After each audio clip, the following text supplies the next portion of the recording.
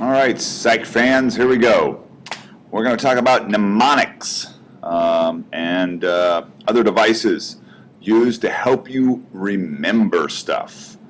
Okay, so we're talking about encoding still.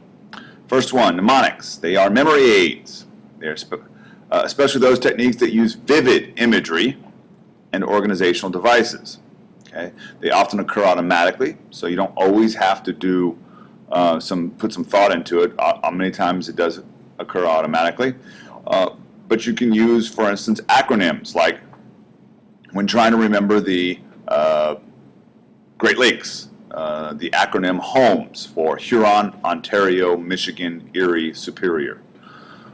Or how to spell arithmetic. Sometimes we kind of make things a little more complicated than need be, but anyway, this is the example. I can't remember arithmetic, how to spell it, not use it. So you come up with a rat in Tom's house might eat Tom's ice cream, and that can help you spell arithmetic. Seems like the long way around, but for those that have trouble spelling, I guess there's always some better way. All right, then you have chunking. Chunking is organizing items into familiar, manageable units, like horizontal organization. For instance, here you have this huge number. I don't know how many letters or numbers that is, but it's enough. And it would be daunting to try to remember that. But if you break it into 4 chunks, it's not so hard to remember. 1776, 1492, 1812, and 1941. Now, these happen to be very significant dates in American history, but instead of it being 16 numbers, it's 4 chunks of 4 numbers. Makes it easier to remember. And like I said, we do some of this stuff automatically. Another example of chunking, let's go to this. We take symbols. Any language is just symbols. And the symbols, first of all, each individual symbol has to mean something. And then we take those symbols and we chunk them together into more meaningful units so that we can express our thoughts in more detail. So if you look at number 1 here, first of all, you have a group of symbols that I would say most of you are like, I don't know what those are. Those are just some weird drawings, okay? But as we move down on this chart you see in front of you, you will see as we get towards the bottom, everything becomes clearer and clearer as far as symbols that work for us and how much sense they make together. So number 2 is all of a sudden now we're into symbols that we recognize. We've got the K, the L, the C, the I, the S, the N, the E. Those are symbols, but does that make a word? Does that make any sense? Or are they just letters, right? 3, the next level. Now you're starting to put these letters into groups.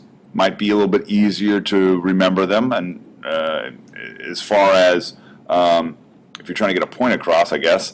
But they really don't mean anything yet. They're all out of order. These are not organized chunks that mean anything in our language. Now 4, when we get to 4, now we're starting to get somewhere. Now we have words. Nickels, 7, any, in, stitch, don't. But the chunks aren't organized properly, okay? The chunks themselves make sense, but they don't come across as any cohesive thought. Move to 5. Now you're going to get nickels, 7, any, in, stitch, don't, saves, a go, a score, time, and 9 wouldn't, 4 years take. So here again is another example of terms, symbols that are out of order that don't make any sense. Now 6 starts to put them all in order and they make the most sense. So we've chunked it in a way that starts to work for our language. Don't take any wooden nickels. It's a phrase for those of you that haven't heard that before. 4 years ago. Okay. And a stitch in time saves 9. Again, these are 3 phrases that are used in our language. It doesn't mean you have to necessarily know what they all mean, but you get the point. All right, moving on. Here's my little joke. Chunking for those who read Chinese. Ha, ha, ha, ha. I think I'm so funny. Honestly, I don't remember why I put this on here, but I do know that that is not English over there in the red. I have no idea what it means. I hope it's not a curse word or something like that that offends somebody. So I'm sure somebody will let me know, but moving on. So here we have the breakdown of why organization benefits memory. So you have encoding, you have automatic or effortful. Okay, we already talked about that. Then you have three subcategories. You can encode through meaning, imagery, or organization. Okay, meaning is the semantic meaning. Okay, how does something mean? Like the word dog. What does it mean? You understand what a dog is. Okay, imagery would be visual encoding, and again, you could use.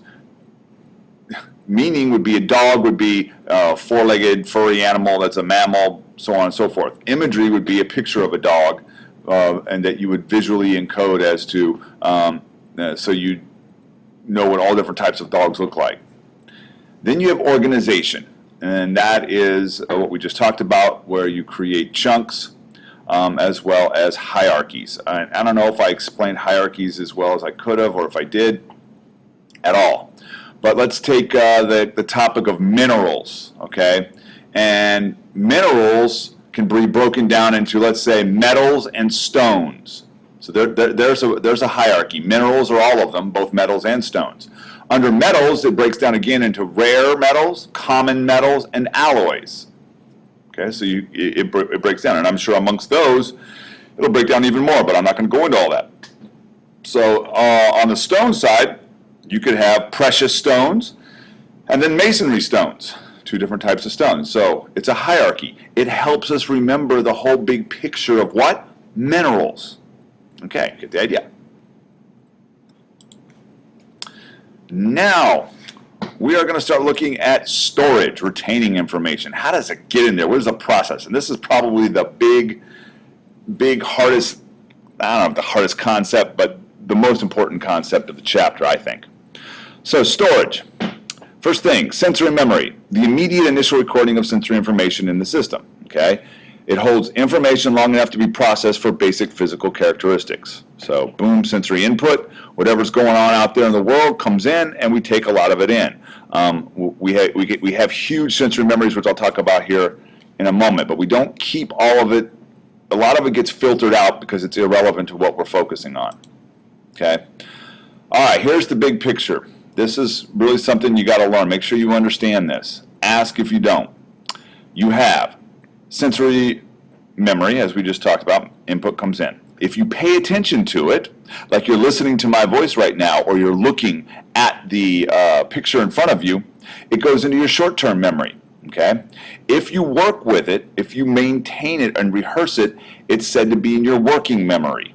Okay? Now, before I move on, now, let me just say, if you work with it enough, then it starts to encode into long-term memory. Okay, you get it into long-term memory, and it's there for quite a long time. Now, long-term memory tends to mean the question will be forever and ever. Some things, perhaps, yes. I mean, short of an injury, hitting your head and things like that, yes. You will never probably forget your name if you don't have an injury. However, you can forget things from lack of use over long periods of time. And I think the example I used in class was, I'm sure I had a best friend in second grade. For whatever reason, I didn't use it for years and years and years. And now at my age, I'm trying to remember back to the name of my best friend in second grade. No idea. Can't remember it all. But I'm sure I had one. And I'm sure he was very important to me at the time. Okay, so let's look at this working memory or short-term memory concept here, back in the middle. Let's just make the point. There are people, when it first came out, when this model first came out, I think it was roughly 1968, it was called short-term memory was the big thing. A lot of scientists didn't like it. They wanted something more specific. And so as time went on, they moved to something called working memory, which breaks down a great deal more than short-term memory. You're not going to be tested on, what's the difference, and there's not a lot of gotcha here, okay? Just understand that basically working memory and short-term memory are roughly the same thing. Let's put it this way. Working memory goes into greater depth than just rehearsing, maintenance rehearsal, okay? There's an actual hierarchy there of how scientists look at how different types of information get encoded. All right, so to reiterate here, sensory memory capacity is large, okay?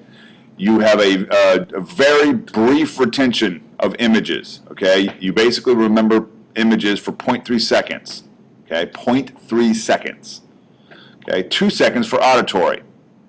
That is why at the beginning of a sentence, you can hear me talking, and at the beginning of my sentence, you can remember long enough to understand what I'm saying at the end of my sentence, so that you take the whole sentence as one unit to create a conversation, so you can understand and have a conversation.